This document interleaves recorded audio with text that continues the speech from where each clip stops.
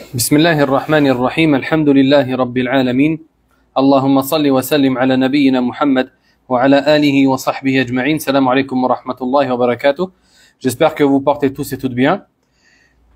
Le thème d'aujourd'hui c'est les waswas, comme cela a été annoncé. Et avant de commencer à parler du sujet en lui-même, il faut savoir que Allah Azza wa Jal a créé ce bas monde afin d'éprouver ses serviteurs. Le but de la création, l'un des buts principaux de la création des cieux et de la terre et de l'établissement des enfants d'Adam sur cette dernière, c'est afin d'éprouver les gens, afin de savoir qui est le meilleur en action. Et de ce fait, Allah Azza wa Jal a créé Adam alayhi salam et il a créé sa descendance. Tout comme il a créé un ennemi pour lui. Un ennemi qui aura pour rôle de les appeler à la tentation, de les appeler à la désobéissance d'Allah Azza wa Jal, afin qu'Allah différencie et distingue entre les vrais croyants, les vrais obéissants, les vrais serviteurs d'Allah et ceux qui lui désobéissent et qui auront décidé d'obéir à Shaitan et de suivre son chemin. Ainsi, les gens dans ce monde se divisent en deux catégories. Les serviteurs d'Allah Azza wa Jal et les serviteurs de Shaitan. Tout comme dans l'au-delà, ils se diviseront en deux catégories. Les gens du paradis et les gens de l'enfer. À partir du moment où on comprend cette règle fondamentale liée à ce bas monde, on peut comprendre que il y a sur cette terre et qu'il y aura forcément sur cette terre des épreuves à laquelle le serviteur va être exposé et contre lesquelles il lui est demandé ou face auxquelles il lui est demandé de patienter. Ceci est une obligation et c'est une règle d'Allah Azza wa Jal qu'il a établie dans ce bas monde. Depuis la création d'Adam alayhi salam, ce dernier s'est vu attribuer un ennemi, une entité qui a dès le début voué une jalousie extrême contre Adam alayhi salam. Et ce n'est autre que Iblis, cette créature qui fait partie des djinns et qui à la base était un serviteur d'Allah Azza wa Jal, qui lui obéissait énormément au point qu'Allah a fait de lui un djinn élevé au rang des anges. Et c'était même lui qui était en charge du ciel le plus bas, du ciel du bas monde. C'était lui le chef en charge du ciel composant notre monde. Et ça, c'était un sharaf, un prestige qu'Allah Azza wa Jal lui avait accordé. Mais lorsque Allah Ta'ala décida de créer Adam alayhi salam, ce dernier s'enfla d'orgueil. Comment Allah créerait une nouvelle créature?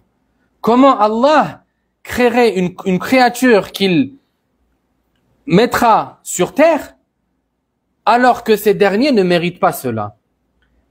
Comment Allah me demande de me prosterner devant Adam alors que il m'a créé de feu tandis qu'il l'a créé de terre?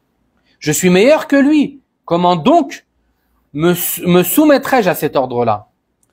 Et en agissant de la sorte, en réalité, il a désobéi à Allah Azza wa Jal, le Seigneur des cieux et de la terre, le Créateur de toutes choses et celui qui possède toutes choses. Ainsi donc, Allah Azza wa Jal l'a banni des cieux et lui a ordonné de descendre sur terre. Cependant, Iblis a demandé à Allah de lui accorder un délai jusqu'à ce que la fin de cette terre et la fin de ce monde retentissent, jusqu'à la fin des temps. Allah Azza wa Jal accorda ce délai à Iblis. Et bien sûr, Allah est le sage par excellence. Et Allah Azza wa Jal sait très bien ce que Iblis allait faire. Mais Allah Azza wa Jal ne décrète rien sans aucune cause. Bien au contraire, tous les décrets d'Allah Azza wa Jal sont faits avec connaissance et sagesse. Ainsi donc, Allah lui accorda ce délai. Et de ce fait, Iblis, dès lors, prit l'engagement que son seul but durant toute sa vie sera d'égarer les enfants d'Adam. La jalousie qui animait son cœur l'a fait prendre cet engagement-là. Je vais certes les égarer, et tu trouveras la plupart d'entre eux que très peu reconnaissants. Voilà les paroles qu'il osa tenir devant Allah Azza wa Jal, son créateur et son Seigneur. Ainsi donc, Shaitan est un ennemi déclaré. Ça, c'est une première règle de base qu'il faut assimiler. Shaitan veut ton mal. Shaitan veut ton mal. Le but de Shaitan, c'est que tu entres avec lui en enfer. Le seul but qui l'anime et qui le fait vivre, c'est celui-là. Te faire entrer avec lui en enfer. T'égarer du droit chemin. Te pousser à désobéir à Allah Azza wa Jal. Et pour ceci, il use de plusieurs armes. Parmi les armes qu'il a, il y a le waswas. Ces insufflations sataniques qu'il va venir chuchoter dans les poitrines des créatures. Et il a usé de cette technique avec notre père Adam alayhi salam ainsi que notre mère Hawa alayhi salam. Et ceci lorsqu'Allah Azza wa Jal, afin de les éprouver, leur avait interdit de manger d'un certain arbre au paradis.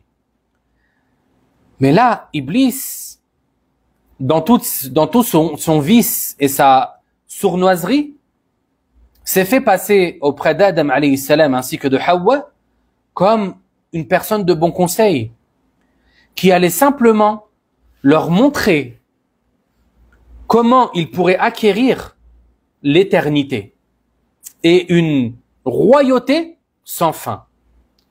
Ainsi donc, il jura même afin de les tromper encore plus. Et Allah Azza wa Jalla nous a raconté ce récit dans le Coran dans plus d'une sourate. Dans sourate Al-A'raf, Allah Azza wa Jalla nous dit وَيَا آدَمُ اسْكُنْ أَنْتَ وَزَوْجُكَ الْجَنَّةَ فَكُلَا مِنْ حَيْثُ شِئْتُمَا وَلَا تَقْرَبَا هَذِهِ الشَّجَرَةَ فَتَكُونَا مِنَ الظَّالِمِينَ. Et toi, Adam, habite, toi et ton épouse, le paradis. Mangez de ce qui vous plaira et ne vous approchez point de cet arbre, ou alors vous seriez du nombre des injustes. Et là, Shaitan, il savait, voilà, ordre a été donné à Adam alayhi salam de ne pas manger de cet arbre-là. Il est donc venu le temps de mettre ma stratégie en place afin de les faire tomber, afin qu'ils désobéissent à Allah Azza wa Jal. فوسوس لهما الشيطان ليبدي لهما ما وري عنهما من سوآتهما وقال ما نهاكما ربكما عن هذه الشجرة إلا أن تكونا ملكين أو تكونا من الخالدين. Alors, pour leur montrer leur nudité qui leur était cachée, Satan leur susurra: votre Seigneur ne vous a défendu cet arbre que pour vous empêcher d'être des anges ou de devenir éternels. Vous voyez comment il a réussi, comment il a commencé en insufflant à Adam alayhi salam ainsi que son épouse qu'Allah Azza wa Jal leur a défendu de manger de cet arbre-là afin de les priver d'un bien, afin de les priver d'être éternels ou d'être des anges. Et ceci, bien sûr, c'était un mensonge, parce qu'Allah Azza wa Jal ne prive pas ses serviteurs. Allah Azza wa Jal, parmi ses noms, il y a Ar-Rahman Ar-Rahim, le tout miséricordieux, le très miséricordieux. Allah Ta'ala nous a créés et il veut nous faire miséricorde. Ainsi donc, lorsqu'il nous interdit quelque chose, il nous l'interdit afin de nous protéger. Et lorsqu'il nous ordonne une chose, c'est afin de nous apporter un bienfait, même des bienfaits. Et là, Iblis ne s'arrêta pas là. Il ajouta وَقَاسَمَهُمَا إِنِّي لَكُمَا لَمِنَ النَّاصِحِينَ. Et il leur jura: je suis pour vous assurément le meilleur des conseillers. فَدَلَّاهُمَا بِغُرُورٍ فَلَمَّا ذَاقَا الشَّجَرَةَ بَدَتْ لَهُمَا سَوْآتُهُمَا وَطَفِقَا يَخْصِفَانِ عَلَيْهِمَا مِنْ وَرَقِ الْجَنَّةِ وَنَادَاهُمَا رَبُّهُمَا أَلَمْ أَنْهَكُمَا عَنْ تِلْكُمَا الشَّجَرَةِ وَأَقُلْ لَكُمَا إِنَّ الشَّيْطَانَ لَكُمَا عَدُوٌّ مُبِينٌ. Il les fit choir par ruse, il les fit tomber par ruse. Et quand ils eurent goûté aux fruits de l'arbre, leur nudité à tous deux leur apparut. Ils se précipitèrent alors pour la couvrir en y attachant des feuilles du paradis. Leur Seigneur les interpella alors: ne vous ai-je pas défendu de manger de cet arbre? Ne vous ai-je point dit que Satan était pour vous un ennemi déclaré? Et regardez, ici, lorsque Shaitan a réussi son coup, lorsqu'il a réussi à les faire tomber, qu'est-ce qu'il a fait? il a disparu. Et ça, c'est l'une des choses que Shaitan fait à chaque fois. À partir du moment où il a réussi à te faire tomber, il prend la fuite. Parce qu'il a réussi à arriver à finaliser le but escompté. De ce fait, il te délaisse à partir de là. Taïb. Ainsi donc, ici, on comprend que Shaitan, parmi les ruses de Shaitan, il y a cette dernière, qui s'appelle al-waswasa, traduisable par les insufflations. Al-waswasa en arabe signifie les chuchotements intérieurs et discrets. Dans son sens religieux, al-waswas correspond aux insufflations mauvaises, d'accord, aux mauvaises pensées qui sont insufflées dans le fort intérieur de la personne. Al-waswas a deux sources. La première, Shaitan. La deuxième, ton âme. C'est pour ça qu'Allah Azza wa Jalla a dit وَلَقَدْ خَلَقْنَا الْإِنسَانَ وَنَعْلَمُ مَا تُوَسْوِسُ بِهِ نَفْسُهُ. Nous avons certes créé l'homme, l'être humain, et nous sommes connaisseurs de ce que son âme lui insuffle. Taïb. Ainsi donc, ce sont les deux sources des waswas. On a Shaitan en premier lieu et Al-Nafs, l'âme, qui est investigatrice au mal. Taïb. Parmi aussi c'est ce qui vient confirmer ce qui a été dit précédemment, il y a le hadith de Jabir radiyallahu anhu dans lequel il dit, le prophète sallallahu alayhi wa sallam a dit, certes Iblis dépose son trône sur l'eau. D'accord? Il dépose son trône sur l'eau. Thumma yab'athu sarayahu. Ensuite, il envoie ses armées, ses soldats. Fa'adnahum minhu manzilatan a'zamuhum fitna. Le plus proche de lui, c'est celui qui a causé le plus de tentations sur terre. Celui qui a réussi à égarer le plus de gens, c'est lui qui est le plus proche de Shaitan. Yaji'u ahaduhum fayaqulu fa'altu kadha wa kadha fayaqulu ma sana'ta shay'a. L'un de ses soldats revient en fin de journée et lui dit, j'ai fait ceci et cela, j'ai réussi à faire ceci et cela. Mais Iblis lui donne aucune considération. Il lui a dit, tu n'as rien fait du tout. En gros, les actes que tu as faits sont nuls. Ensuite, un autre vient et dit, ma taraktuhu hatta farraqtu baynahu wa bayna imra'ati. Un autre vient et dit à Iblis, en fait, il lui fait comme un compte rendu. Il lui dit, je n'ai pas délaissé un tel jusqu'à ce que j'ai séparé entre lui et sa femme, jusqu'à ce qu'il a divorcé sa femme.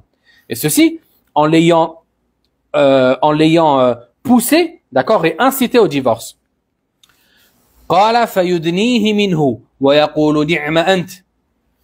C'est alors qu'Iblis, à celui-là, il le rapproche de lui et il lui dit quel bon élément es-tu. Et dans une autre version, il est même dit qu'il le prend et qu'il lui fait un câlin en guise de remerciement et en guise afin de lui faire honneur. Ainsi donc, on comprend que Shaitan, il a des soldats aussi et que leur but principal et leur seul but, c'est d'égarer les gens, d'égarer les enfants d'Adam. Et c'est pour ça qu'Allah Azza wa Jalla dans le Coran nous a rappelé cette réalité à plus d'une reprise. Lorsqu'il nous dit « Inna shaytana lakum adu, fattakhidhuhu aduwa » Certes, le diable est pour vous un ennemi déclaré. Traitez-le donc comme tel. Considérez-le donc comme un ennemi. Taïb.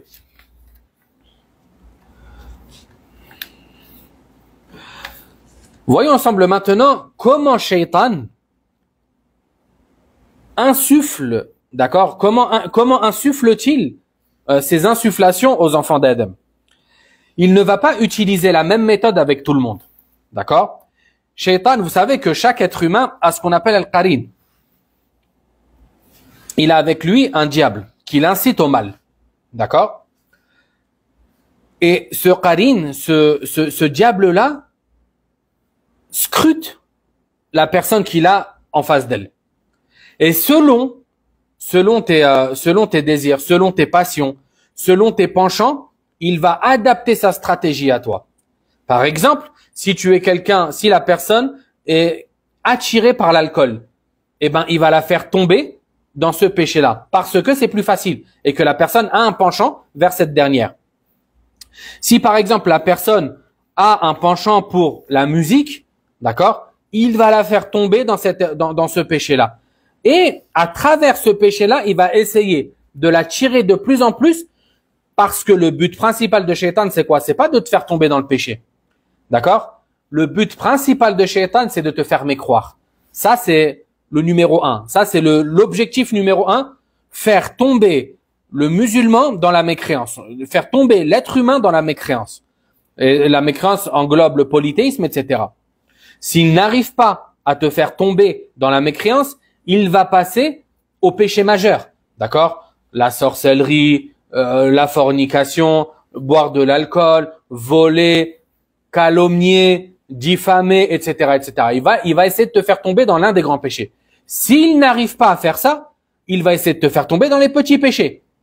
Et s'il n'arrive pas, il va se concentrer sur al-waswas, les insufflations, afin de te perturber, afin d'essayer de faire de ton esprit un esprit confus, afin que tu ne puisses plus adorer Allah Azza wa Jal correctement.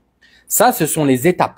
D'accord? Et ces insufflations-là, elles sont différentes. Elles sont de plusieurs formes. Elles sont de plusieurs sortes. Selon la personne. D'accord? Il y a des personnes que Shaitan va attaquer dans la croyance. Il va leur insuffler des insufflations sataniques et mensongères à propos de la croyance. Ah, tu ne crois pas en Allah. Ah, mais Allah Azza wa Jal, tu ne l'adores pas pour de vrai. Ah, tu es un hypocrite. Ah, tout ce que tu fais, tu le fais en guise d'ostentation, mais tu n'adores pas Allah Azza wa Jal réellement. Il y en a d'autres, il va les faire tomber il va leur insuffler des insufflations relatives à l'wudu, d'accord, aux ablutions, à la purification. Et de ce fait, il va leur dire, ah, tu n'as pas nettoyé ton bras. Ah, tu as oublié de nettoyer cette partie de ton visage. Ah, ton pied, tu ne l'as pas touché entièrement avec l'eau. Ah, l'eau que tu as utilisée, c'était de l'eau qui était impure. Tes ablutions ne sont pas correctes. De ce fait, la prière que tu vas faire n'est pas correcte. Et de ce fait, prier comme tu fais, c'est de la moquerie dans la religion. Et de ce fait, tu as mécru. D'accord? Regardez le cheminement de Shaitan. Il va commencer d'un petit point et plus tu vas le suivre. Si tu le suis sur le premier point, il va t'attirer sur le deuxième point. Si tu le suis encore, il va t'attirer et il va toujours t'enfoncer de plus en plus. Parce que je vous ai dit, le but principal de Shaitan, c'est de te faire tomber dans la mécréance. S'il n'arrive pas, c'est de te rendre fou. Taïb. Il y en a d'autres, ça va être dans la prière. Il y en a d'autres, ça va être dans les relations. Et il y en a d'autres, ça va être général. D'accord? Il va leur insuffler des insufflations sataniques dans toutes choses. Que ça soit dans sa vie de couple, que ça soit avec ses enfants, dans son commerce, dans son travail, etc., etc. Et par la suite, on va voir des exemples très parlants, Inch'Allah. Premièrement, voyons les waswas qui sont en lien avec la croyance. D'accord? Je vous en ai donné des exemples. Et ici, Shaitan, qu'est-ce qu'il va faire? Il va essayer de te perturber, d'altérer ta foi, de te faire croire que tu n'es pas un véritable croyant. Et ça, la personne qui est touchée par ces waswas-là, il faut qu'en premier lieu, elle s'apaise. Il faut que tu t'apaises. D'accord? Il ne faut pas que tu aies peur de ces waswas. Parce que ça, ce n'est pas quelque chose qui t'arrive à toi seulement. C'est quelque chose qui touche des millions, voire des milliards de personnes à travers l'histoire. Et ce sont des choses qui ont touché même les meilleures des créatures qui ont foulé le sol de la terre après les prophètes et qui sont les compagnons du prophète sallallahu alayhi wa sallam. Ces derniers ont été touchés par les waswas dans la croyance. D'accord? C'est pour ça que certains compagnons du prophète sallallahu alayhi wa sallam sont venus le trouver et ils lui ont dit, Ya Rasulallah, nous trouvons en nous des choses qui sont impossibles pour nous de dire de par leur gravité. Et dans d'autres versions, ils dirent, nous préférerions être jetés du ciel et happés par les oiseaux que de plutôt prononcer ces choses-là. Et là, le prophète sallallahu alayhi wa sallam leur a dit, avez-vous réellement trouvé cela en vous? Et là, ils dirent oui. Et là, le prophète sallallahu alayhi wa sallam leur répondit, ceci est la foi pure. D'accord? Et le hadith a été rapporté par Muslim.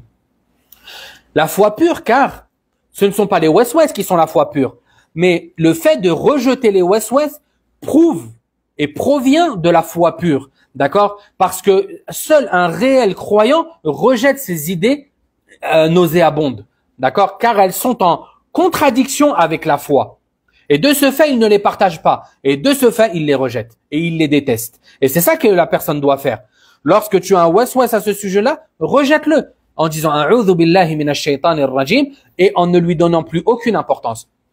Allah Azza wa Jalla dans le Coran nous a rappelé cette réalité. Il nous dit Innal ladhina ittaqaw idha massahum ta'ifun minash shaitani tadhakkaru fa idha hum mubsirun. Aussitôt que les effleure la moindre tentation de Satan, ceux qui ont la piété se rappellent et les voici de nouveau lucides. Ils se rappellent ils se rappellent de leur foi. Ils se rappellent que ces mots qui leur viennent, ces pensées, ne sont que des insufflations de shaitan. Ainsi donc, ils retrouvent la lucidité. D'accord? Ils savent que c'est des choses auxquelles ils ne doivent pas prêter attention et qu'ils doivent délaisser directement. Aussi, les choses que la personne doit se dire, c'est que Allah Azza wa Jal ne tient pas compte et ne te jugera pas pour ces insufflations-là. Tant que tu n'as pas agi avec ces dernières ou que tu les as prononcées. D'accord? Et ça, le prophète sallallahu alayhi wa sallam, avant tout, Allah Azza wa Jal dans le Coran nous a rappelé qu'il n'impose pas une charge supérieure à la capacité de la personne. Allah Ta'ala nous dit La yukallifu Allahu nafsan illa wus'aha. Allah ne charge pas une âme plus que sa capacité. De ce fait, ces waswas qui sont que tu ne contrôles pas, ils viennent dans ta tête, ces pensées qui viennent dans ta tête, tu n'es pas responsable. Et de ce fait, Allah Azza wa Jalla ne te jugera pas sur ces dernières. Le prophète sallallahu alayhi wa sallam a dit Inna Allah tajawaza li ummati amma haddathat bihi anfusaha ma lam ta'mal aw takallam bih. Certes, Allah a pardonné aux membres de ma communauté ce qu'ils se disent en eux-mêmes ou ceux qui a pardonné à ma communauté les pensées que ces derniers ont, tant que ils ne parlent pas ou qu'ils agissent en conséquence de ces dernières. Et le hadith a été rapporté par Al-Bukhari et Muslim. Ainsi donc, les choses qui passent en toi, tu n'es pas responsable. Et Allah Azza wa Jalla ne t'en tiendra pas compte. De ce fait, ceci doit t'apporter apaisement. D'accord? Ceci doit t'apporter apaisement parce que c'est un témoignage du prophète sallallahu alayhi wa sallam. Et c'est lui qui a affirmé ceci. Et le prophète sallallahu alayhi wa sallam, tout ce qu'il disait était que vérité. Concernant aussi les insufflations relatives à la croyance, un jour, le prophète sallallahu alayhi wa sallam a dit Ya'ti ash-shaytanu ahadakum fayaqulu man khalaqa kadha man khalaqa kadha. Le diable se présente à l'un d'entre vous et il lui dit qui est-ce qui a créé ceci? Qui est-ce qui a créé cela? Jusqu'à ce qu'il lui dise et qui est-ce qui a créé ton Seigneur?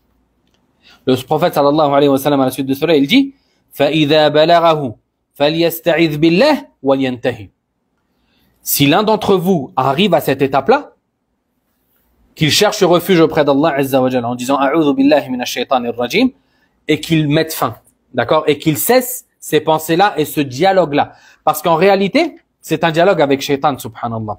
La personne, elle n'a pas le droit. Allah Azza wa Jalla dans le Coran nous dit وَلَا تَتَّبِعُوا خُطُوَاتِ الشَّيْطَانِ. Et ne suivez pas les pas de shaitan. Et parmi les pas de shaitan, il y a le fait de suivre ces waswas. Taïb. Ainsi donc, ici, le prophète sallallahu alayhi wa sallam nous a dit que le remède était contenu dans le fait de rechercher la protection d'Allah Azza wa Jalla contre le diable et de mettre fin à ces waswas. Maintenant, si on se demande comment guérir de ces waswas, d'accord, ces waswas qui sont en lien avec la croyance. Premièrement, de ne pas prêter attention à ces derniers. D'accord? De ne pas prêter attention à ces derniers. Shaitan te dit que tu es un hypocrite. D'accord, je suis un hypocrite, c'est pas grave. Mais c'est l'heure de la prière, je vais aller adorer Allah Azza wa Jal. Shaitan te dit que tu es un mécréant, tu ne l'écoutes pas. D'accord. Et au contraire, tu lui dis Amantu billahi wa rusuli, comme le prophète sallallahu alayhi wa sallam nous a dit. Je crois en Allah et en ses prophètes. Et dans un autre hadith, le prophète sallallahu alayhi wa sallam a ordonné à l'un de ses compagnons de dire Qul amantu billahi thumma istaqim. Dis, je crois en Allah. Et ensuite, tiens-toi à la droiture. C'est-à-dire, obéis à Allah Azza wa Jalla dans ce qu'il t'a ordonné et écarte-toi de ce qu'il t'a interdit. Ainsi donc, la personne ne doit pas prêter attention à ces insufflations. Et il faut qu'elle y mette fin. Parce que ça, c'est quelque chose à savoir. Plus, souvent, je donne cet exemple-là, c'est que les waswas, c'est comme des sables mouvants. Plus tu vas les suivre, plus tu vas te débattre, plus tu vas t'embourber et plus tu vas t'enfoncer. Alors que si tu ne leur prêtes pas attention, que tu ne bouges pas et que tu n'y prêtes même plus attention, eh ben, tu verras que à un moment, tu vas pouvoir te libérer parce que Shaitan, je vous ai dit, chaque Shaitan va agir avec le croyant d'une manière qui lui est, attendez, excusez-moi, d'une manière qui lui est adaptée. D'accord? Si Shaitan y voit que les waswas, ça n'a pas d'influence sur toi, que oh non, il perd son temps en t'insufflant ces choses-là, à un moment, il va te délaisser. Mais s'il voit que tu es propice au waswas, d'accord, que tu réponds au waswas et que si je puis dire, le virus est que le virus sur toi a un effet, et ben là, il va continuer jusqu'à ce que, wallah, il y a des gens qui ont perdu la tête à cause des waswas. D'accord? Il y a des gens qui ont perdu la raison à cause des waswas. Ce n'est pas un jeu. D'accord? Ce n'est pas un jeu. Allah Azza wa Jal, s'il nous a dit de chercher protection auprès de lui contre les waswas, ce n'est pas pour rien. Ainsi donc, il ne faut pas suivre les insufflations de Shaitan. Taïb.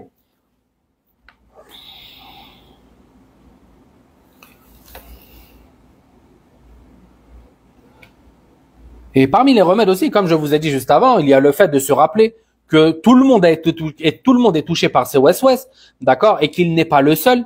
Et avant tout, il faut qu'il soit sûr que la personne, il faut qu'elle ait conscience que ce qui passe dans sa tête, ça ne provient pas d'elle, d'accord. Il ne faut pas qu'elle culpabilise et qu'elle se dise « Oh non, ça vient de moi, regarde, je suis mauvais, etc. » Non, ces waswas ces pensées-là viennent de Shaitan. Elles ne viennent pas de toi. Et la preuve de ceci, c'est que tu sais qu'elles sont fausses. D'accord? Tu sais que ces waswas sont faux. Tu sais que ces waswas sont faux. Lorsque Shaitan te dit tu n'as pas prié, alors que tu as la certitude d'avoir prié il y a même pas 5 minutes. D'accord? C'est pour ça que ça ne provient pas de toi, mais ça provient de Shaitan. Et de ce fait, il ne faut pas lui prêter d'attention. Et c'est pour ça, subhanallah, qu'on remarque que Shaitan, en fait, il va essayer de te faire croire. D'accord? C'est comme un mirage. À chaque fois, il va te dire, ah, t'as pas fait. Oh, t'as pas fait ceci. Afin que tu penses que tu l'as vraiment pas fait. En fait, subhanallah, c'est un mirage. D'accord? Et il te fait, en fait, il va t'inventer des choses afin de te troubler, afin que tu sois confus et que tu ne puisses même plus reconnaître entre la réalité et les pensées imaginaires. Et c'est ça le grand danger. D'accord? Et ça, on le retrouve souvent avec ceux qui ont des waswas dans les ablutions. Ainsi donc, Shaitan, il va essayer de te troubler au point que tu ne puisses plus faire la différence entre la réalité et la fiction, si je puis dire. Taïb. C'est pour ça que je disais, par exemple, ceux qui ont des waswas dans les ablutions. Il vient de se laver le bras. Il sait qu'il l'a lavé. Mais là, Shaitan va lui dire, mais tu n'as pas lavé ton bras. Et le problème, c'est quoi? C'est que Shaitan, il joue. D'accord? Il s'amuse. Wallah, c'est pour ça que dans certains récits, il a été rapporté que lorsque il réussit son coup, lorsque en gros, le musulman ou la personne qui a des waswas le suit dans son insufflation, il rigole. D'accord? Il rigole. Il s'amuse. Il se fend la poire, si je puis dire, parce que tu l'as écouté. D'accord? Et lui, son but, c'est de t'humilier. C'est de t'humilier. Taïb. Et subhanallah, parmi aussi la nature du waswas, c'est qu'il disparaît très vite. Ce sont des insufflations qui viennent et qui disparaissent. C'est pour ça qu'Allah Azza wa Jalla dans le Coran l'appelait al-waswas al-khannas. D'accord? Al-khannas, c'est celui qui apparaît et qui disparaît très rapidement. Taïb. Parmi aussi les choses très importantes et qui figurent parmi les causes des waswas, c'est le fait de se montrer dur dans la religion, de vouloir être trop extrême dans l'application de la religion. Le prophète sallallahu alayhi wa sallam a dit « Inna ad-dina yusrun, wa la yushaddu ad-dina ahadun illa ghalabah » Certes, la religion est facile, est facilitée. Personne ne durcit dans la religion sans que cette dernière ne le bat, ne le vainque. Ainsi donc, le fait d'être dur dans la religion, le fait de toujours vouloir faire plus que ce qui a été prescrit, le fait de vouloir dépasser les limites qu'Allah Azza wa Jal nous a dessinées, eh ben sache que ça peut être une cause qu'Allah Azza wa Jal t'éprouve avec les waswas. Pourquoi? Parce que tu auras décidé de sortir des limites qu'Allah Azza wa Jal t'avait fixées. Tu auras même osé dépasser la sunna du prophète sallallahu alayhi wa sallam afin d'aller plus loin. C'est pour ça que tu vas trouver certains, ils vont te dire, tu vas leur dire, le prophète sallallahu alayhi wa sallam avait l'habitude de faire les ablutions avec une petite quantité d'eau. D'accord? Ma bayna arba'ati amdad ila khams. D'accord? Al-mud. Le prophète sallallahu alayhi wa sallam, il faisait les ablutions avec un moud. D'accord? Al-mud, c'était une unité de mesure. C'est ce que les deux mains peuvent contenir comme eau. Le prophète sallallahu alayhi wa sallam faisait ses ablutions avec cette quantité d'eau-là. Et il faisait son rousse, le lavage entier du corps, avec 4 à 5 poignées d'eau comme ça. La personne, tu vas lui dire, voici la sunna du prophète sallallahu alayhi wa sallam. Il va te dire, non, moi, ça me suffit pas. Tu vas lui dire, comment ça te suffit pas? Non, moi, il me faut plus d'eau, parce que moi, je veux m'assurer que j'ai fait les ablutions correctement. En disant cela, en réalité, il sous-entend que ces ablutions à lui sont meilleures et plus parfaites que celles du prophète sallallahu alayhi wa sallam. Et ça, c'est une accusation grave. Une personne qui dirait ça en tout état de conscience serait mécréant. Ça, c'est une forme de mécréance que de dire que la voie que moi j'emprunte est meilleure que celle du prophète sallallahu alayhi wa sallam. Ainsi donc, cette dureté, d'accord, cette dureté dans la religion peut être une cause du fait que Shaitan s'empare de toi et qu'il ne te laisse plus tranquille. Ainsi donc, on comprend que parmi les remèdes principaux afin de mettre fin au waswas, et ce de manière générale, c'est le fait de se tenir au livre d'Allah Azza wa Jal et à la tradition du prophète sallallahu alayhi wa sallam, et ceci comme l'ont accompli les compagnons du prophète sallallahu alayhi wa sallam, sans rien ajouter ni omettre. Taïb. Voyons ensemble rapidement maintenant le waswas lorsqu'il touche les ablutions. D'accord? On en a parlé déjà, et ça, faut savoir que ce type de waswas là, c'est le plus répandu. C'est celui dont se plaint le plus les gens. Les waswas lors des ablutions et la prière. Pour ça, et en fait, au début, la personne, surtout dans les ablutions, elle peut croire que, en fait, le problème, le premier pas vers le problème peut provenir d'elle. Je vous ai dit, c'est quand la personne veut en faire plus. Tu lui dis la sunna c'est ça, lui dit non. Moi, le prophète sallallahu alayhi wa sallam se lavait chaque membre de 1 à 3 fois, moi je vais les laver 4 fois. Le prophète sallallahu alayhi wa sallam se lavait jusqu'au coude, moi je vais me laver jusqu'au biceps. Ça c'est de l'exagération. Ça c'est de l'exagération. Et l'exagération dans la religion est strictement interdite. Toute forme d'exagération dans notre religion est strictement interdite.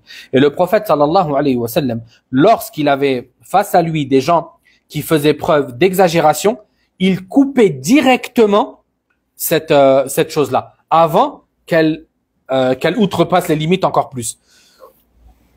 Et c'est pour ça qu'un jour, il y a 3 hommes qui sont venus voir les femmes du prophète sallallahu alayhi wa sallam et qui lui ont demandé comment le prophète sallallahu alayhi wa sallam agissait, comment il priait, comment il jeûnait, etc. Et une fois la réponse entendue, c'est comme s'ils avaient minimisé, d'accord, les actes du prophète sallallahu alayhi wa sallam. Et ils ont dit, si le prophète sallallahu alayhi wa sallam agit comme ça seulement, alors que c'est un prophète, nous, il faut qu'on agisse encore plus. Quant à l'un d'eux, il a dit, quant à moi, je prierai toute la nuit et je ne dormirai pas. L'autre a dit, quant à moi, je ne me marierai pas avec les femmes. Et le troisième a dit, quant à moi, je jeûnerai et je ne romprai plus mon jeûne. En gros, je jeûnerai tous les jours. Le prophète sallallahu alayhi wa sallam a pris vent des paroles de ces derniers. Il les a rassemblés. Il a dit, est-ce vous qui avez dit ceci et cela? Quant à moi, je prie et je dors. Je jeûne et je mange et je me marie avec les femmes. Celui donc qui s'écarte de ma voie, de ma tradition, ne fait certes pas partie de moi. Hein? Faman raghiba an sunnati falaysa minni. Celui qui, en gros, qui se détourne de ma tradition, il ne fait pas partie de moi. Et là, le prophète sallallahu alayhi wa sallam a tenu des propos durs, d'accord, afin de couper court à cette exagération. Dans un autre hadith, le prophète sallallahu alayhi wa sallam a dit, halaka al-mutanatti'un, halaka al-mutanatti'un, halaka al-mutanatti'un. Que les extrémistes périssent, que les extrémistes périssent, que les extrémistes périssent. Ça, c'était quelque chose chez le prophète sallallahu alayhi wa sallam avec laquelle il était très strict. L'exagération dans la religion n'était vraiment pas acceptée. D'accord? Et ça, c'est quelque chose que l'on doit enseigner, que l'on doit appliquer nous-mêmes et que l'on doit enseigner surtout aux jeunes. Parce que des fois, lorsqu'on est jeune, on a ce qu'on appelle al-hamas. D'accord? On a cette vivacité et cette motivation qui, des fois, lorsqu'elle n'est pas encadrée, eh ben, elle devient quelque chose de néfaste. Parce qu'elle est en fait, c'est une surcharge de motivation. Et de ce fait, la personne va avoir, surtout si elle est ignorante en plus de ça, va avoir tendance à outrepasser les limites plus facilement. Et ça, subhanallah, j'en profite. C'est une erreur que l'on fait pratiquement tous, à part celui à qui Allah Azza wa Jal a accordé la félicité, c'est l'exagération dans l'utilisation de l'eau lors des ablutions et du rousse, le lavage. On a tendance à allumer le robinet et vas-y. Hop, je fais mes ablutions et il y a des litres et des litres d'eau qui sont gaspillés. Alors que ceci, déjà d'un, fait partie du gaspillage, ce qui est interdit dans notre religion. De deux, c'est une contradiction ou c'est une opposition à la voie du prophète sallallahu alayhi wa sallam. Car comme je vous l'ai dit, le prophète sallallahu alayhi wa sallam était économe dans son utilisation de l'eau lors des ablutions et du lavage. De ce fait, le musulman doit se tenir à la voie du prophète sallallahu alayhi wa sallam. Et ceci parce que Allah Azza wa Jalla, même dans le Coran, Allah Ta'ala, à plus d'une reprise, il nous a interdit l'exagération. Ya ahlal kitab, la taghlu fi dinikum. Ô gens du livre, n'exagérez point dans votre religion. Ici, le verset est adressé en premier lieu aux juifs et aux chrétiens. Mais les musulmans sont aussi concernés par ce verset-là. Et de ce fait, l'exagération dans la religion, c'est quelque chose dans laquelle il faut faire extrêmement attention. Et ça, subhanallah, c'est quelque chose qu'on le retrouve aussi. Le fait, lorsque tu dis à quelqu'un qui est touché par les waswas, tu lui dis, tu sais que ce que tu fais là, ce n'est pas autorisé. Suivre les waswas de cette manière, refaire tes ablutions pendant 5 heures, 6 heures, d'accord, plus ou moins, te laver sans arrêt, rentrer dans la douche, te laver, ensuite ressortir, de dire ah non j'ai pas fini, il faut que je reparte, etc. Ça ne fait pas partie de la religion du prophète sallallahu alayhi wa sallam. Il va te dire oui je sais, mais j'ai des waswas. Mais le fait d'avoir des waswas, ce n'est pas une excuse pour suivre les waswas. Ceci est strictement haram. Le fait de suivre les waswas, d'obéir à ce que les waswas te dictent, ceci est strictement interdit dans notre religion. D'accord? Lorsque Shaitan vient et te dit, ah non, t'as oublié ton bras dans les ablutions, et que toi, tu accours à refaire les ablutions et à relaver ton bras. Sache qu'en agissant de la sorte, tu obéis à Shaitan et tu t'es soumis à Shaitan. Et ça, c'est aussi une cause qui peut être à l'origine du fait qu'Allah Azza wa Jal ne te guérisse pas parce que tu as désobéi à Allah. Allah te dit de ne pas écouter Shaitan, toi tu dis si je vais écouter Shaitan. Allah Azza wa Jal te dit de désobéir à Shaitan, toi tu lui dis non, je vais obéir à Shaitan. Non, ça c'est pas quelque chose qui est acceptable. Lorsque tu as un waswas dans les ablutions, tu sais que tu as fait tes ablutions, tu les as terminées. Khalas, ne prête aucune attention et tu n'as pas le droit d'aller les refaire. D'accord? Tu n'as pas le droit d'aller les refaire. Et ça c'est pareil dans la prière.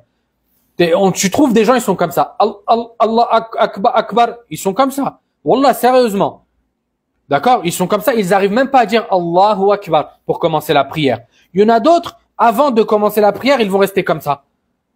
Fixe. Et quand tu lui dis, mais qu'est-ce que tu fais? Il te dit, mais là, je suis en train de préparer mon intention. Mais tu crois que ton intention, c'est un couscous? Genre, l'intention, elle a besoin de 5 heures pour être préparée? L'intention, à partir du moment où tu t'es levé pour aller faire tes ablutions pour la prière, ton intention a déjà été nouée. D'accord? Parce que tu t'es levé pour aller faire les ablutions, pour aller prier, par exemple, la prière de Dhuhr. Ainsi donc, t'as pas besoin de rester comme ça et de te dire, attends, non, je prépare l'intention, personne me parle, personne me regarde, là, je suis en train de me concentrer. Ça, c'est quelque chose, le prophète, sallallahu alayhi wa sallam, n'a jamais fait. Les compagnons, radiyallahu anhum, l'ont jamais fait. Les tabi'in l'ont jamais fait. Les imams de l'islam l'ont jamais fait. Ça, c'est quelque chose que toi, tu as inventé. D'accord? Ça, c'est une sunna shaytaniyya. C'est une tradition provenant de Shaitan et non pas du prophète sallallahu alayhi wa sallam. Ainsi donc qu'il t'est strictement interdit que d'agir de la sorte. Concernant la prière, certains, ils vont avoir des waswas concernant l'interruption, d'accord, de leurs ablutions. Ils vont se dire, ah non, là j'ai eu un gaz. Ah, j'ai plus mes ablutions. Ah, là, j'ai une goutte de pipi qui est sortie. Ah, j'ai plus mes ablutions. Le prophète sallallahu alayhi wa sallam a dit, si l'un d'entre vous a des maux de ventre, qu'il ne sorte pas de la prière, tant qu'il ne s'est pas assuré d'avoir vraiment rompu ses ablutions. Comment s'assurer d'avoir vraiment rompu ses ablutions? En entendant un bruit ou en sentant une odeur. À partir du moment où tu commences à avoir des waswas, ah non, ah peut-être là j'ai eu un gaz, oh non peut-être là j'ai eu une goutte de pipi qui est sortie, tu n'as pas le droit de sortir de ta prière. Ça c'est une règle. Tu n'as pas le droit de sortir de ta prière. Parce que le prophète sallallahu alayhi wa sallam a dit qu'il faut s'assurer d'avoir réellement perdu ses ablutions. Et tu t'assures lorsque tu entends un bruit distinct, d'accord, ou que tu sens une odeur. Mais la simple sensation, d'accord, d'avoir eu un gaz, ça ne suffit pas. Tu n'as pas le droit de sortir de la prière.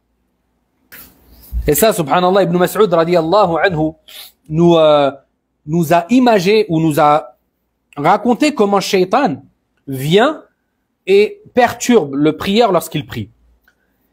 Il dit Inna shaytana la yutifu bir-rajuli fi as-salati liyaqta'a alayhi salatahu. Le diable tourne autour du priant lorsqu'il prie afin de lui interrompre sa prière. فإذا أعيا نفخ في دبره ليريه أنه قد أحدث. Ça, subhanallah, c'est étonnant. Il dit, et lorsque Shaitan ne réussit pas à lui couper sa prière, qu'est-ce qu'il va faire? Il va aller dans son postérieur et il va y souffler afin de lui faire croire qu'il a eu un gaz. Et là, Ibn Mas'ud radiyallahu anhu ensuite il nous dit فَإِذَا وَجَدَ مِنْ ذَلِكَ شَيْئًا فَلَا يَنْصَرِفَنَّ حَتَّى يَسْمَعَ صَوْتًا أَوْ يَجِدَ رِيحًا. Et si la personne ressent cette sensation, alors qu'il ne sorte pas de sa prière, jusqu'à ce qu'il sente une odeur ou qu'il entende un bruit. D'accord? Ça, c'est quelque chose, je vous ai dit, chez les compagnons, c'était très clair. Parmi les compagnons, il n'y avait pas de gens atteints par les waswas de cette manière, ce qu'on appelle al-muwaswas.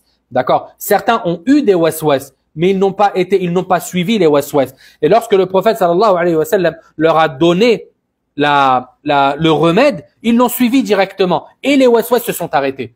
D'accord? Et donc, ça, c'était quelque chose de très clair chez eux. Une personne dans sa prière, il ne sortait pas parce qu'il avait l'impression de ne plus avoir ses ablutions. Et ça, il y a énormément de textes à ce sujet, hein, mais par souci de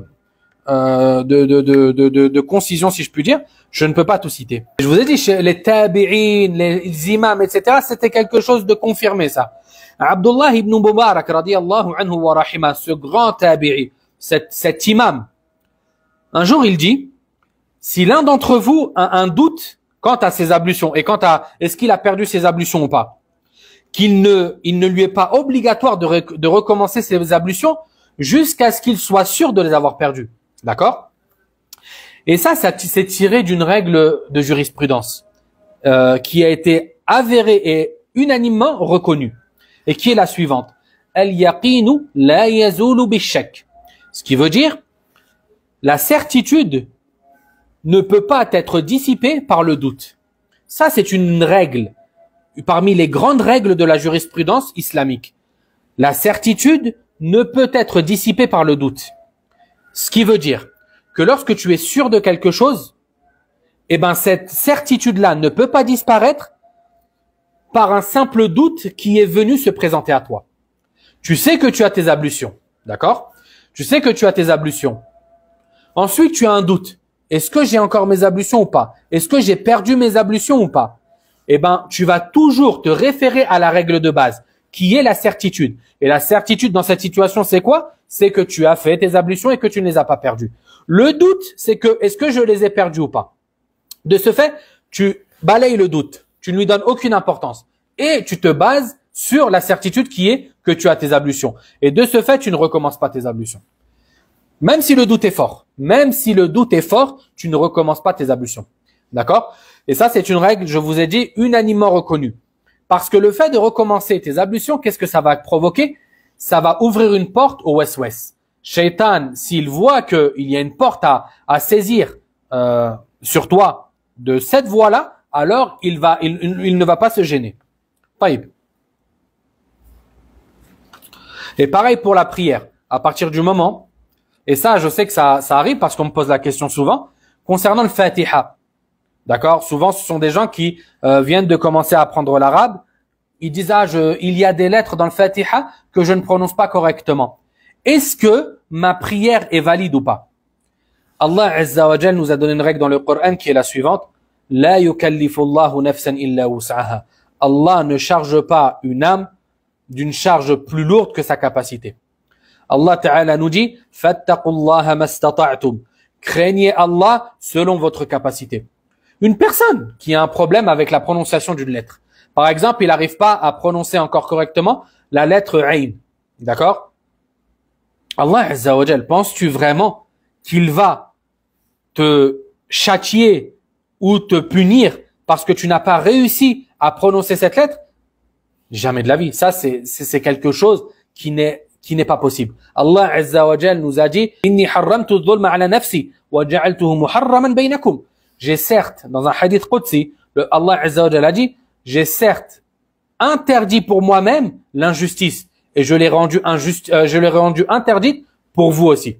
Ainsi donc, une personne qui a un problème, qui n'arrive pas à prononcer une lettre, une personne qui fait l'effort mais qui n'arrive pas, Allah Azza wa Jal ne lui tiendra pas compte. Et bien sûr, la personne essaye de se corriger à travers des exercices, etc. Mais dans sa prière, il ne va pas commencer à se dire, je vais répéter la lettre pendant 20 minutes afin de pouvoir la sortir correctement. Ça, c'est des waswas. Et ça, c'est quoi? C'est de l'exagération. Et on a dit quoi? L'exagération dans notre religion est strictement interdite. Taïb.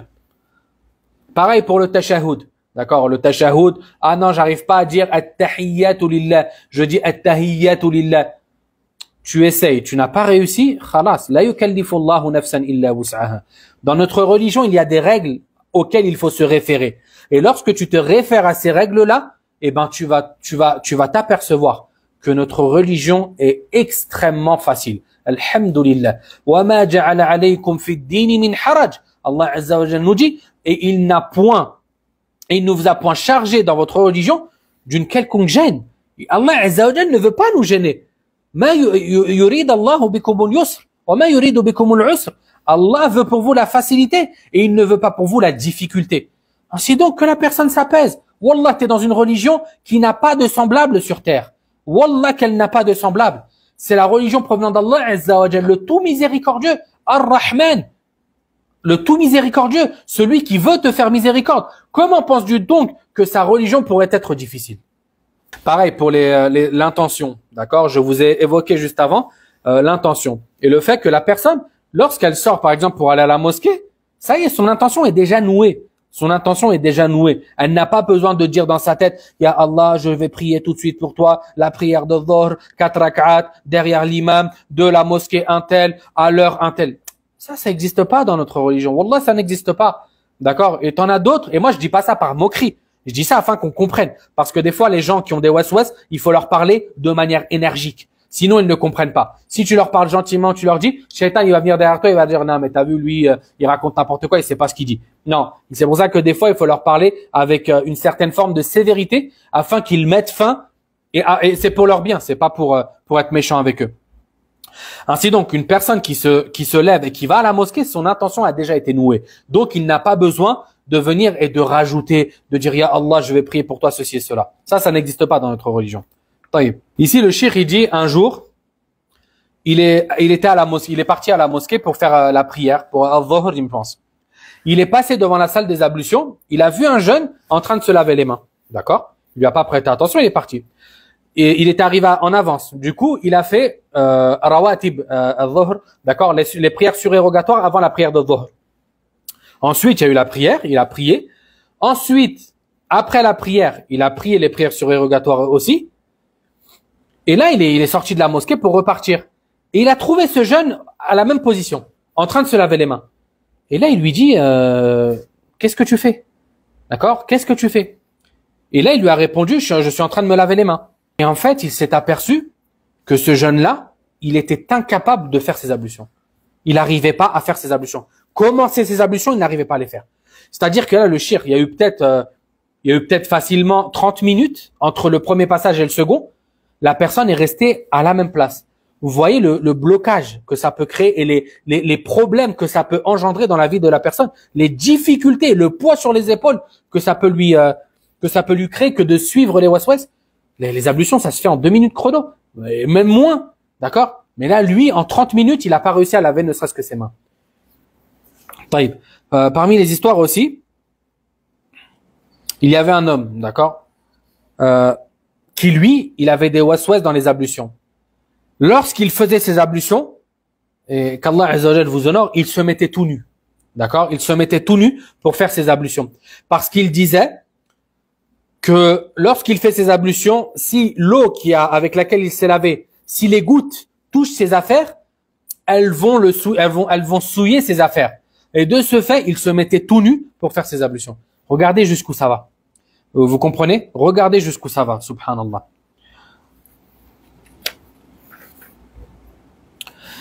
Et il a raconté aussi l'histoire d'une jeune fille qui était venue le voir avec son père et qui lui a dit voilà, j'ai des waswas, etc. Il lui avait donné des conseils. Il lui avait dit qu'il fallait plus suivre les waswas, etc. Cette fille avait des waswas dans les ablutions. Et un jour, elle est rentrée chez elle et elle a fait ses ablutions. Elle avait l'habitude de fermer la porte, d'accord, derrière elle. Elle a fait ses ablutions. Elle n'a pas réussi. Elle est restée extrêmement longtemps dans la salle de bain, jusqu'à ce que sa famille vienne taper à la porte. Et là, ils ont commencé à l'entendre parler, d'accord? Et elle commençait, et elle parlait à la troisième personne, en disant, un tel ne croit pas en Allah, un tel est une hypocrite, un tel est une mécréante, elle ne croit pas en Allah. Regardez jusqu'où ça va. D'accord? Ces insufflations, des fois, dans la tête, ça fait comme l'effet d'une cocotte minute. Il y a une telle pression dans la tête qu'on dirait que cette dernière va exploser. D'accord? Et la personne commence à tenir des propos qui n'ont ni queue ni tête. Et ça, ce que, subhanallah, les waswas, ce qui est impressionnant, c'est que ça touche tous les pans de la société. Les jeunes, les moins jeunes, les vieux, les femmes, les hommes, les personnes instruites, les personnes non instruites. Toutefois, les personnes non instruites sont beaucoup plus touchées par les waswas que les personnes qui apprennent les sciences religieuses. Rapidement, je vais vous évoquer rapidement, en récapitulatif, quelques moyens, quelques remèdes contre les waswas. Premièrement, invoquer Allah Azza wa Jal de manière abondante. De l'invoquer, de le supplier et de placer toute sa confiance en lui. D'accord? Afin qu'Allah Azza wa Jal vous libère de cette maladie. Deuxièmement, le fait de ressentir, et ça je vous l'ai dit tout à l'heure, le fait d'avoir conscience que ces waswas-là, que ces pensées qui sont dans vos têtes proviennent de Shaitan et qu'elles ne proviennent pas de vous. Parce que à partir du moment où vous allez savoir que ce sont des waswas, là vous pourrez commencer à penser à guérir et à chercher un remède. Mais une personne qui ne sait même pas que ces pensées-là sont de provenance et de source satanique, il va croire que c'est lui le problème, d'accord? Or que non.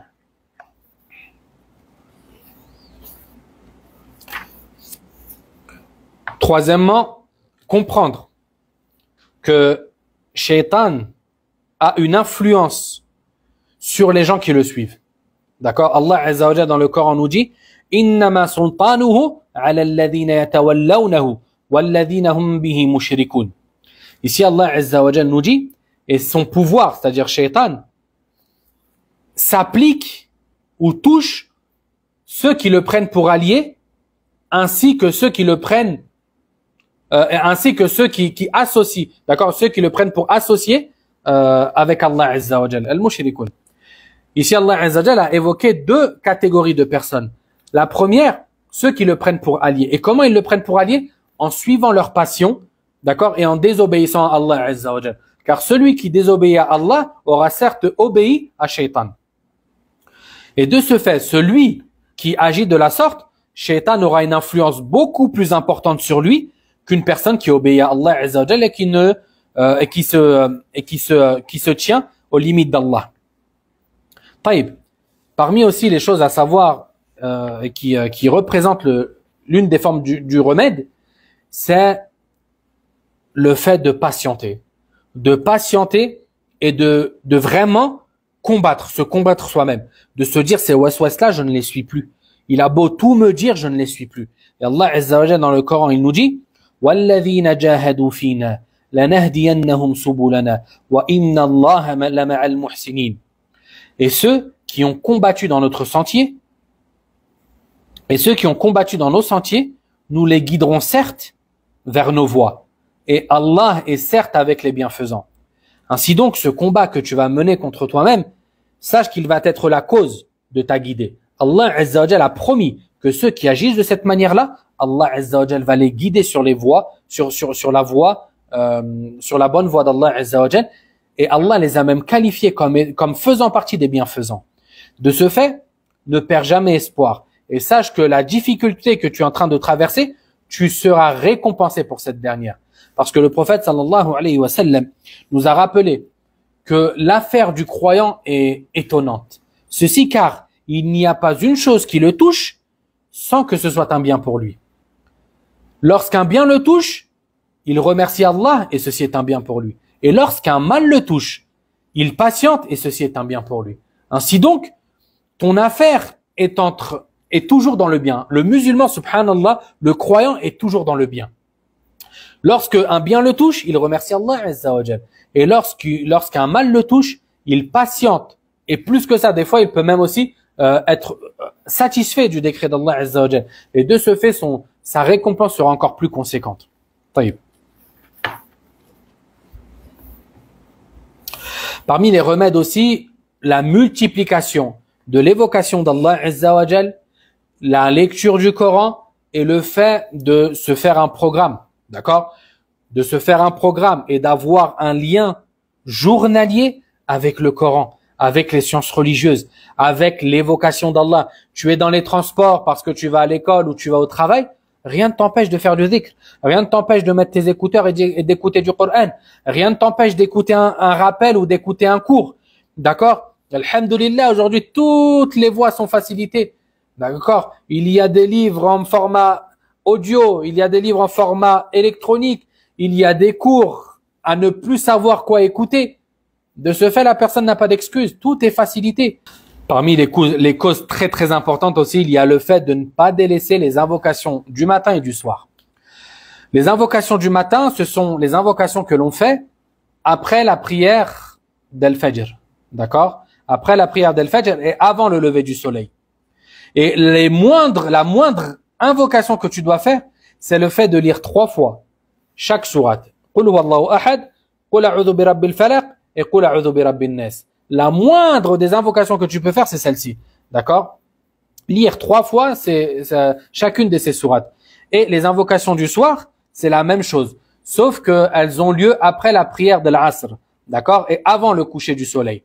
Et ce n'est pas après le coucher du soleil qu'il faut les faire, mais c'est bien avant le coucher du soleil. Et parmi aussi les invocations, il y a les invocations de la nuit. D'accord? Comme par exemple le fait de lire les 2 derniers versets de la sourate Al-Baqarah, Amana ar-Rasul, d'accord, une fois le soleil couché, c'est-à-dire après le Maghrib. Et ça, le prophète sallallahu alayhi wa sallam nous a évoqué le fait que celui qui dit ces deux versets-là, ces 2 versets-là lui suffiront de toute chose durant toute sa nuit.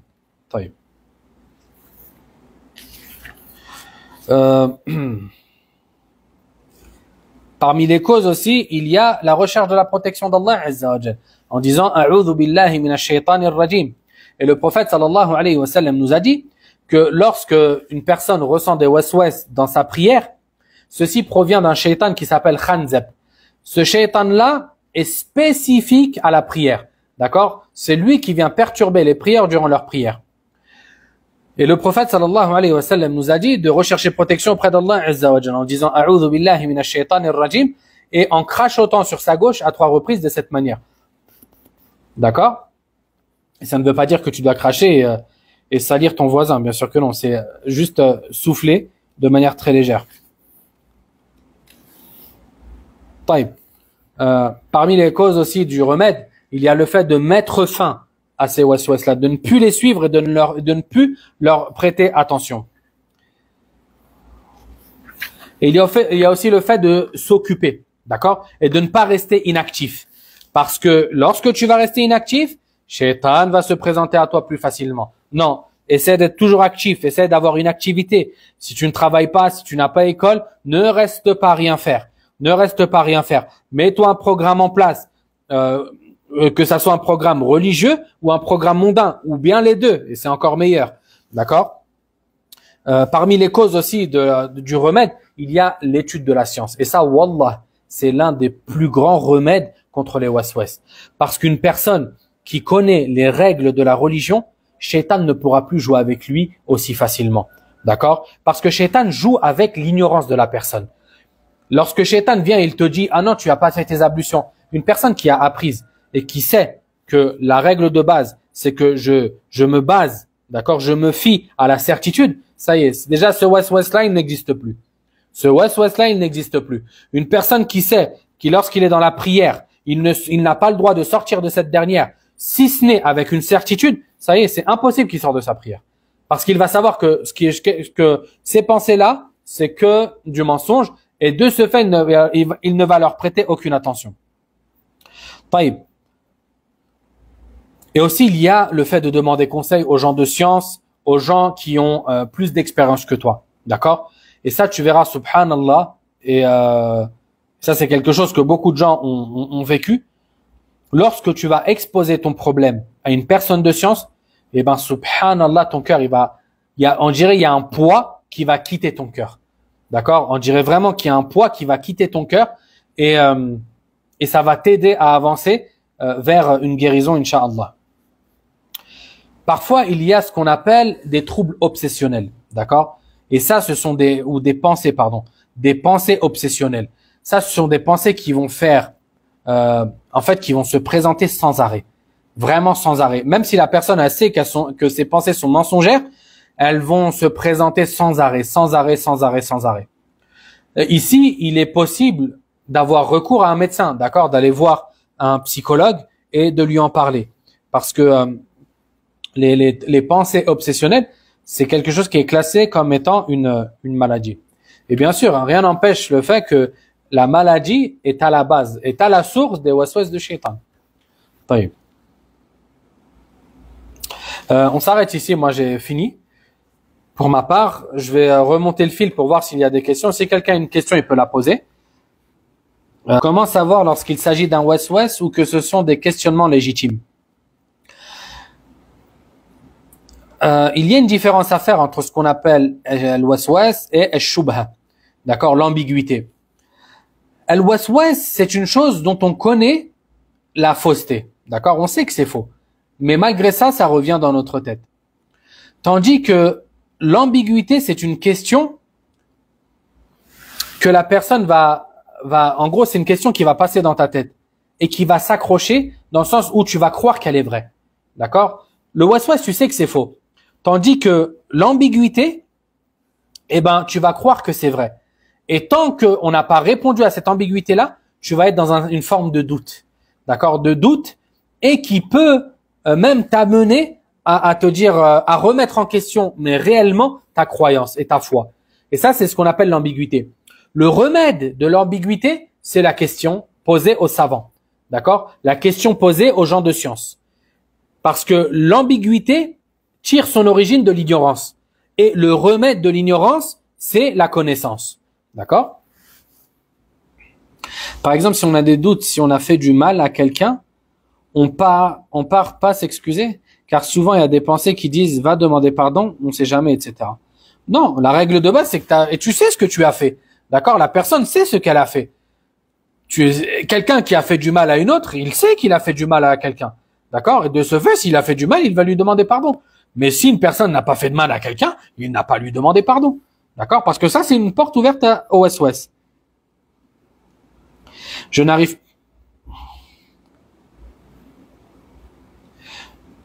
plus à passer une journée sans écouter de la musique. Ça aussi, c'est une des choses qui vont renforcer les waswas chez la personne. D'accord? Parce que la personne qui écoute de la musique, alors qu'elle sait que c'est strictement interdit, elle va suivre ses passions. Suivre ses passions, c'est obéir à Shaitan. Obéir à Shaitan, c'est désobéir à Allah. Allah Azza wa Jalla dans le Coran, qu'est-ce qu'il a dit? Innama sultanuhu ala alladhina yatawallawnahu. Certes, son pouvoir et son influence s'applique sur ceux qui l'ont pris pour allié. Qui est-ce qui l'a pris pour allié? Ceux qui l'ont suivi et qui lui ont obéi. De ce fait, écouter la musique, faire écouter de la musique, faire des péchés, etc. Ça va multiplier ou renforcer le pouvoir que Shaitan a sur toi. Et ensuite, quand tu vas te trouver dans une situation où, parce que j'ai vu tout à l'heure, tu as dit aussi que tu n'arrives plus à écouter le Coran, tu n'arrives plus à écouter des rappels, etc. Ça, c'est une des conséquences de la musique. D'accord? Ibn Qayyim, rahimahullah, a évoqué le fait que la musique et le Coran ne peuvent se réunir dans un seul cœur. D'accord? C'est soit l'un, soit l'autre. D'accord? Et ça, c'est l'un des méfaits de la musique. L'un des méfaits clairs de la musique. Le fait qu'il détourne du rappel d'Allah Azza wa Jal. Et c'est la raison pour laquelle la musique a été interdite dans notre religion. Taïb. C'est ça le problème, on a l'impression que cela vient de nous. Oui, c'est ce que je vous ai dit tout à l'heure. Shaitan, c'est ça, c'est à ce point qu'il veut t'amener. Parce qu'à partir du moment où tu vas être confus, tu ne vas plus faire la différence entre la réalité, entre ce qui provient de toi et ce qui ne provient pas de toi, au point de ne plus te connaître. D'accord? L'insufflation peut t'amener à ce point-là. Ne plus te connaître. Tu ne sais plus qui tu es. Tu ne sais plus à quoi tu crois. Et c'est ça la folie. Parce qu'une personne comme ça y est, elle est très proche de la folie. Elle est très proche d'être considérée comme être folle. Et c'est pour ça que le remède à ceci, c'est de couper court au wasawis. Oui.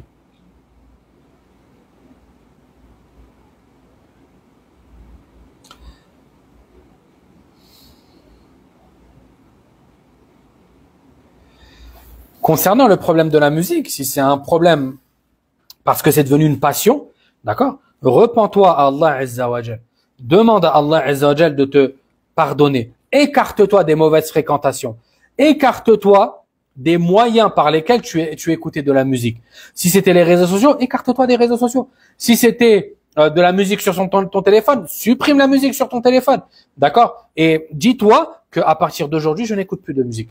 Je n'écoute plus de la musique. Remplace la musique par un premier temps, si ça peut te faciliter, par exemple des anachids sans instrument, d'accord? Sans instrument. Et par la suite de réduire et d'écouter et d'incorporer dans ta journée l'écoute du Coran. Si tu sais lire, et lis le Coran, etc. Et tu verras qu'à force, ton cœur, bi'idhnillah, va se purifier, d'accord? Et tu verras qu'à un moment, tu seras écœuré de la musique. Tu ne pourras plus écouter de la musique. C'est-à-dire que même lorsque tu vas passer dans un lieu où il y a de la musique, ton cœur va directement se resserrer. D'accord? Et il ne va plus accepter cette chose-là. Des fois, on n'a pas des waswas concernant les ablutions et la prière, mais sur d'autres choses dans notre vie au quotidien, avec la famille, etc. Comment y remédier? Barakallahu fikum. Ça, c'est pareil. D'accord? Ça, je voulais pas évoquer. Il y a des gens, par exemple, qui vont avoir des waswas concernant le divorce. D'accord? À chaque mot qu'il va dire à sa femme, il va dire, ah, t'as vu, là, j'avais l'intention de divorcer. Ah, t'as vu, là, j'avais ceci et cela. Ça, c'est pareil. D'accord? La règle de base concernant le waswas, c'est de chercher protection auprès d'Allah Azza wa Jal et de couper court. De ne plus donner d'importance à ce qui passe dans ta tête. D'accord?